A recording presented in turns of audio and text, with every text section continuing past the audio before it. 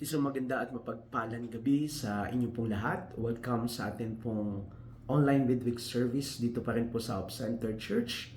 Kamusta po kayo? Nawa ay nasa mabuti po kayong kalagayan sa mga oras pong ito. Malapit na po yung long weekend holiday.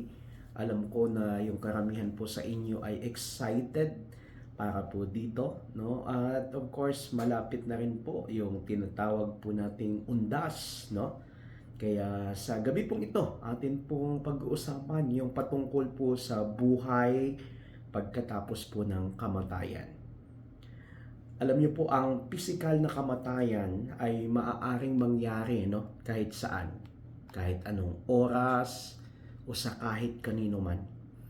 Ang isa sa hindi po mapipigilan, no, sa buhay po ng tao na darating ay walang iba kundi yung kamatayan. Kahit po yung mga eksperto ay hindi po nila na kayang gawa ng paraan para itigil o ipigilan ang pagdating ng kamatayan. Kasi kusa po itong darating ayon dun sa tinakda ng Diyos sa buhay po natin.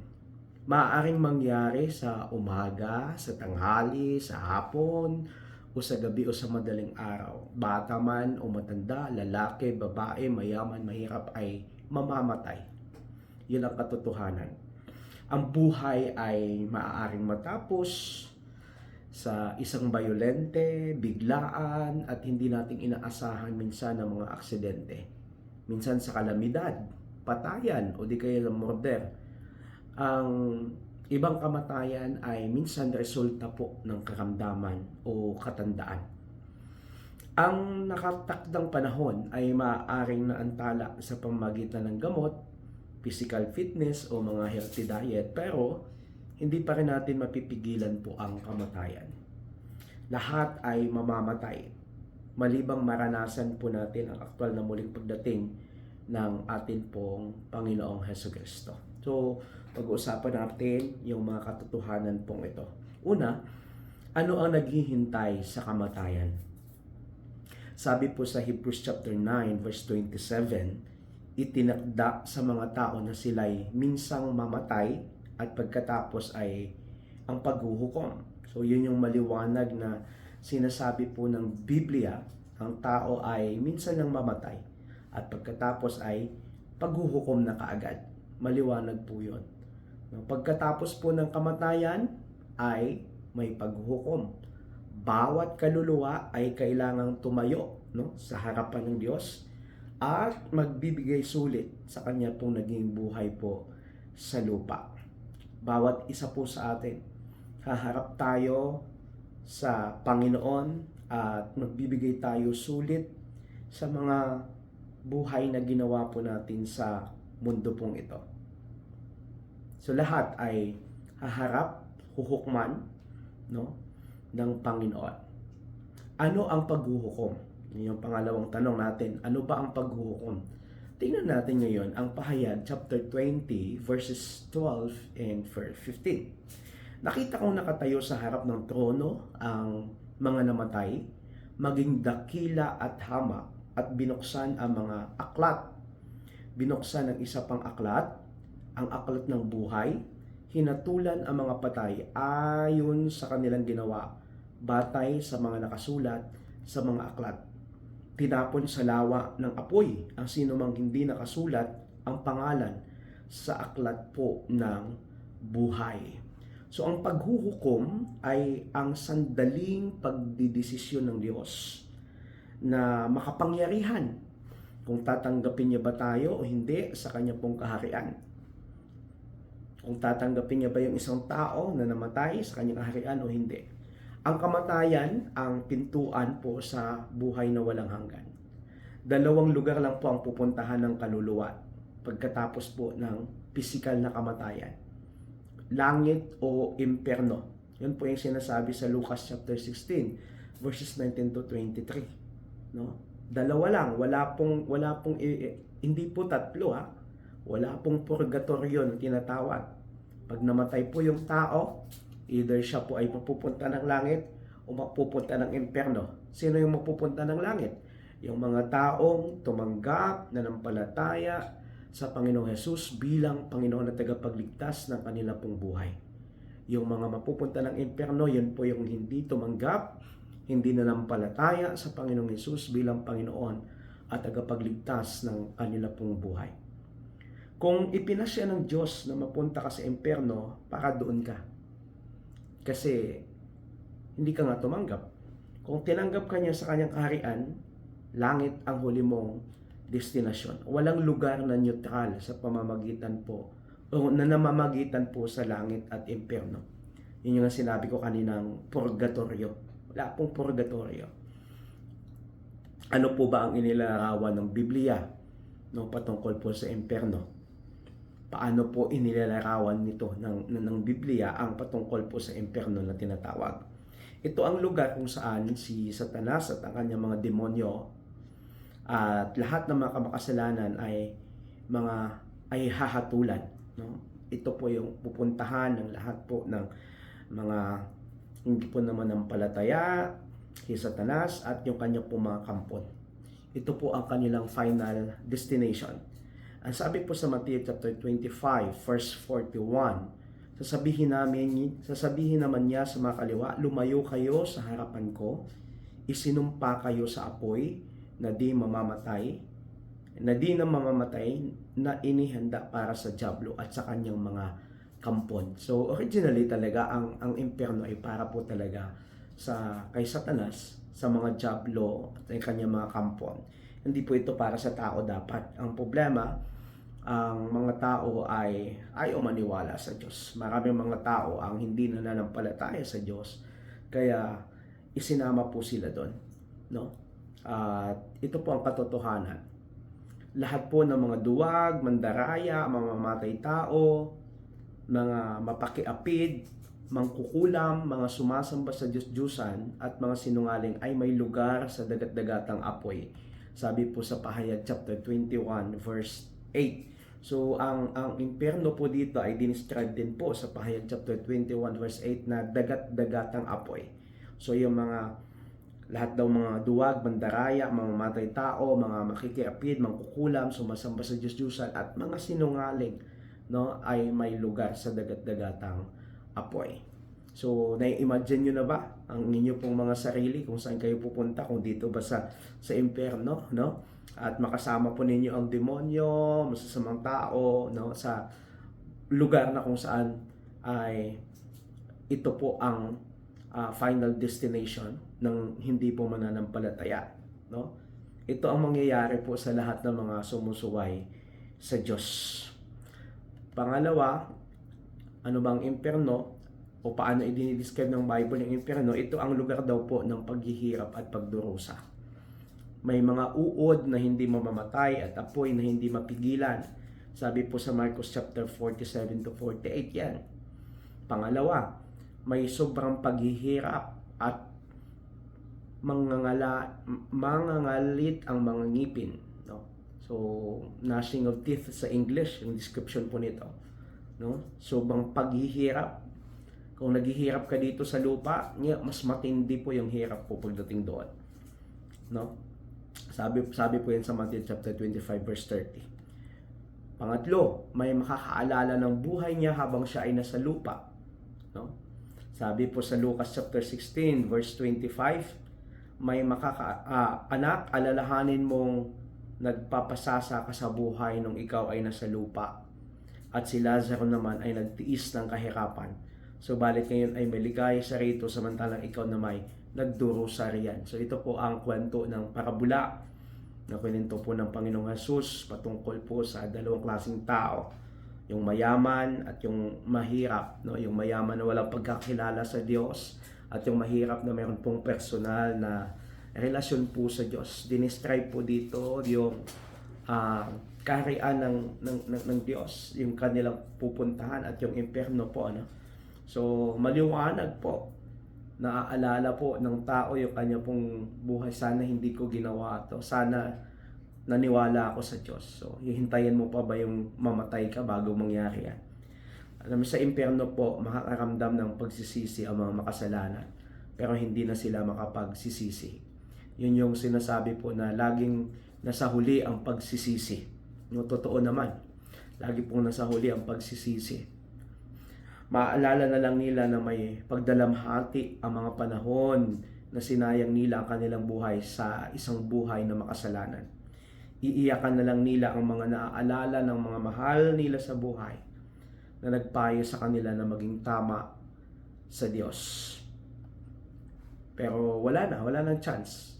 Kasi pagkatapos daw po ng, sabi kanina, binasa natin, pagkatapos po ng kamatayan ay paghuhukom na kagad. That's the first judgment, no? Ito ang lugar kung saan ang mga makasalanan ay walang hanggang hiwalay sa Diyos. Yun yung isa pa sa description ng impyerno. Lugar daw po ito kung saan ang makasalanan ay walang hanggan na hiwalay sa Diyos.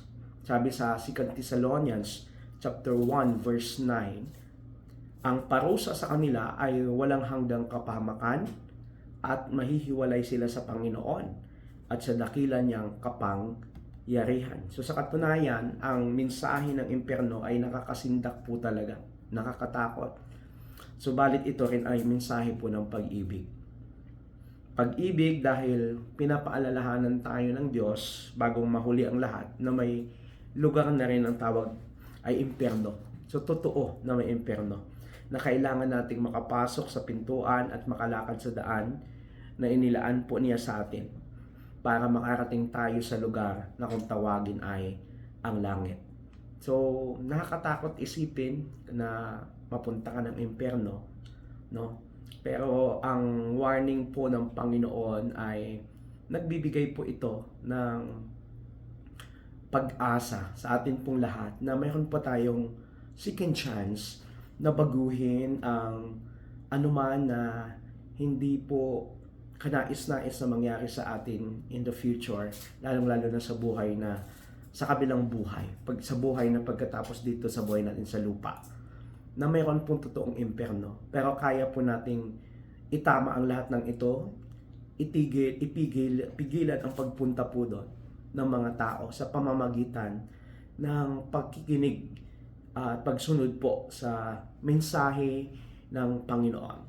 Kaya napakahalaga po na papakinggan natin ang salita ng Diyos, ipangaral natin ang salita ng Diyos para yung mga hindi pa nakapakinig at hindi pa naniniwala ay mapakinggan ang salita ng Diyos at maniwala po sila at maligtas po sila sa tiyak na kapahamakan. Pang-apat po, paano nilalarawan ng Biblia ang langit?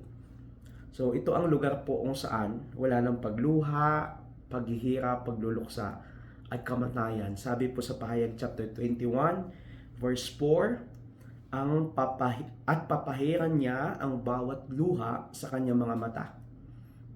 Wala ng kamatayan, dalamhati, pagtitiis at paghihirap sapagkat lumipas na ang dating mga bagay.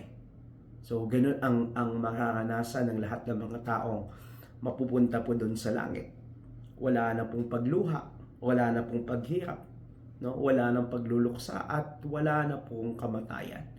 Mabubuhay tayo ng walang hanggan, kapiling po ang Diyos. Pangalawa, ito po yung lugar na walang kasamaan at masamang tao. So, wala na, puro perfect na ang nandoon lahat. Lahat ng mga nangyayari ay perfect. Sabi po sa Pahayag chapter 21 verse 27, ngunit hindi makakapasok ang anumang mga bagay na marumi, ni ang mga gumagawa ng mga kasuklam-suklam, ni ang mga sinungaling, ang mga tao lamang na ang pangalan ay nakasulat sa aklat po ng buhay. So lahat lamang ng mga tao na nandoon ang pangalan sa aklat ng buhay ang makakapasok sa langit. Pangatlo, ito po ang lugar kung saan ang Diyos ang naghahari sa atin sa walang hanggan. No, siya na yung maghahari po doon. Pahayag chapter 21 verse 3, narinig ko ang isang malakas na tinig mula sa trono. Tingnan ninyo, ang tahanan ng Diyos ay nasa piling ng mga tao. Maninirahan siyang kasama nila at sila'y magiging bayan niya. Diyos mismo ang makakapiling nila at siya ang magiging Diyos nila. Maliwanag po yan na sinasabi po ng salita ng Panginoon sa Pahayag chapter 21 verse 3. Kapiling natin sa langit forever ang ating Panginoong Diyos. Lucas chapter 16 verse 27 to 28. Kailan tayo? Yun yung sabi doon. Kailan tayo maghahanda para sa buhay pagkatapos ng kamatayan? Kailan nga ba? Marami kasi na naghahanda lang kapag wala na, tapos na, uli na. So, tingnan natin. Sabi po sa Lucas 16, 27, 28, ngunit sinabi ng kamatayan ng mayaman, kung gayon po amang Abraham, pinapakiusap kong papuntahin na lamang niyo si Lazaro sa bahay ng aking ama, sa aking 5 kapatid na lalaki. Suguin po ninyo siya upang sila'y bigyang babala at nang hindi sila humantong sa dakong ito ng pagdurusa. Yan po ang pakiusap ng mayamang lalaki na namatay na walang pananampalataya sa Panginoon. No? Na bigyan po babala daw yung kanya pong mga kamag-anak, kanya mga kapatid na natira pa doon sa lupa. Sa mga talata pong atin nabasa, nakikiusap po ang taong mayaman na ipadala sila sa para bigyan babala ang kanyang mga 5 mga kapatid na kapag hindi sila lumapit sa Diyos at magbago, mapupunta rin sila sa lugar na pagdurusa kung saan siya naroon. Alam niya kasi na ang kanyang mga kapatid ay namumuhay din sa kasalanan nung kasama niya pa sila. Kaya kailan kayo dapat maging handa para sa lugar na pangwalang hanggan na kalalagyan natin? Ngayon, habang humihinga pa tayo. Ngayon, habang humihinga ka pa, dapat maghanda ka na. Huwag na natin hintayin ang bukas. Huwag na natin hintayin pa yung mamaya na, baka huli na. Ayaw po ng dyablo na maniwala kang may langit at impyerno para hindi ka maganda sa buhay na ito. Ganun yung ginagawa ng dyablo I-deceive niya lahat ng tao, hindi niya papaniwalain niya na walang impyerno, walang langit. Sige, magpakasaya lang kayo. Hanggang sa darating ang panahon na wala na, huli na ang lahat. Paano tayo maghahanda para sa buhay pagkatapos ng kamatayan? Lucas chapter 16 verse 29 to 31.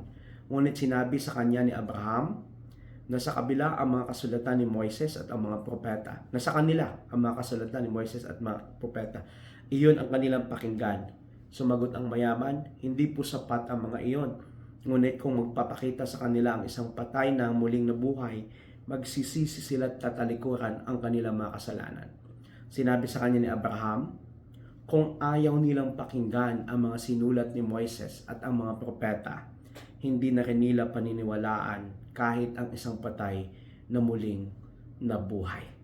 So sa talata pong nabanggit po natin, tinanggihan po ni Abraham ang hiling po ng taong mayaman. Gusto ng taong nahatulan na mabuhay mula sa patay si Lazaro para kumbinsihin ang kanyang mga kapatid na magbago na sa paraan ng kanilang buhay na makasalanan. Pero nilinaw ni Abraham na mayroong mga mabuhay na lingkod ng Diyos na nagbabahagi ng mensahe ng kaligtasan. At kapag hindi pa naniniwala sa kanila ang kanilang 5 kapatid, kanyang 5 kapatid, wala ng ibang paraan para sila ay maligtas. Paano tayo ngayon magiging handa para sa susunod na buhay?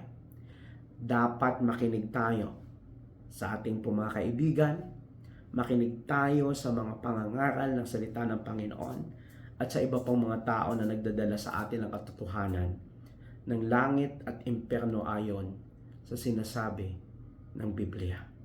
Yun lang ang katangi-tanging paraan para maligtas ang tao. Kailangan niyang mapakinggan ang salita ng Diyos, ang mensahe ng kaligtasan, tanggapin sa Jesus bilang Panginoon at tagapagligtas ng kanyang buhay. Totoong may impyerno, totoo ang langit. Ang impyerno ay inihanda para kay Satanas at sa kanyang mga kampon. Ngunit ito din ay para sa lahat ng mga tao na ayaw maniwala, ayaw magbago ng kanilang pong buhay at hindi sumusunod sa Diyos. At ang langit ay para sa lahat ng mga tao na naniniwala, tumanggap sa Panginoong Jesus at namuhay ayon sa kalooban ng Diyos. So totoo ang langit, totoo din ang impyerno. Hindi totoo ang sinasabi nilang purgatorio. Wala pong purgatorio. Ngayong araw po ng undas, alalahanin nyo lang yung inyo pong mga mahal sa buhay na namatay. Pero tatandaan po ninyo, wala na po silang koneksyon sa atin na mga buhay. At maging tayo na mga buhay ay wala na rin koneksyon sa kanila na mga patay. Hindi po totoong naririnig pa nila tayo. Hindi po totoong nakikita pa nila tayo. Sila po ay nasa kabila ng buhay. Kung sila po ay tinanggap ang Panginoon bago sila namatay at nanampalataya sa Panginoon, sila po ay sigurado na nasa langit. Pero kapag hindi sila tumanggap, hindi nanampalataya sa Panginoong Diyos, sila po ay siguradong nasa impyerno. Dahil yon ang malinaw na sinasabi ng Biblia. So, alalahanin nyo lang ang inyong pong mga mahal sa buhay. Umunta lang kayo sa puntod, pero lagi nating tatandaan na malinaw po ang sinasabi ng Biblia. Wala na po tayong koneksyon sa mga patay. At hindi po na maliligtas ang kanilang kaluluwa the moment na sila po ay patay na. Kahit ipagdasal mo pa sila. Yun ang tinuturo ng Biblia. We respect sa atin po mga mahal sa buhay na namatay, okay po yan. Pero wag nyo pong iisipin na ipanalangin pa sila para mapunta pa po sila ng langit. Kasi tapos na po ang kanila pong chance na ibinigay ng Diyos. Kasi ang pag-asa lang na sila po ay maligtas kapag sila po ay buhay pa. Kapag tayo po ay buhay pa. Kaya habang buhay po tayo po ay patuloy na manampalataya at mabuhay ayon sa kalooban ng Panginoon at patuloy nating ihayag ang salita ng Diyos sa ibang mga tao na wala pang pagkakakilala sa Panginoon. Yun lamang po, nawa ay natuto po tayo muli sa gabi pong ito. Tayo po ay mananalangin saglit. Panginoon, salamat po sa inyong pong paalala sa mga salita mo, dakilang Diyos. Ikaw ang aming Diyos Ama na may kontrol ng lahat sa amin pong buhay. Patuloy po naming inaalala ang iyong pong kapangyarihan at ang iyong kabutihan na binibigay sa amin sa araw-araw, na habang kami po ay buhay, ay meron pa po kaming chance na makasama ka, O Diyos, sa buhay na wala hanggan. Tulungan mo kami na patuloy na sumunod at mamuhay ayon sa iyong kalooban. Tulungan mo din kami na magbahagi ng iyong salita sa iba pang mga tao, lalong-lalo na sa mga mahal namin sa buhay na wala pang pagkakilala sa iyo. Nawa ang amin pong mga buhay ay isang buhay ng patotoo para sa ibang mga tao na ikaw ang Diyos na nagligtas sa amin. Ikaw ang Diyos na napakabuti, mapagmahal, at kailanman ay hindi ka nagpapabaya. Patuloy ka, Panginoon, na maghari sa aming buhay. Salamat po sa iyo, Panginoon. Patuloy mong pagpalain ang mga anak mo na nakikinig sa oras pong ito. Pagbuhos mo ang pagpapala sa kanilang buhay, ano man ang pinagdadaanan nila, Panginoon, ay patuloy mo sila na samahan, na malagpasan ang bawat mga pagsubok na ito sa kanilang buhay. At i-provide mo din ang lahat ng pangangailangan, Panginoon, ng mga anak mo. Kami po ay humihingi sa iyo, dakilang Diyos. Salamat po sa inyo, Ama. Ito po aking dalangin sa pangalan ni Jesus. Amen. Amen. Huwag po muna kayong umalis. Mayroon lang tayong announcement.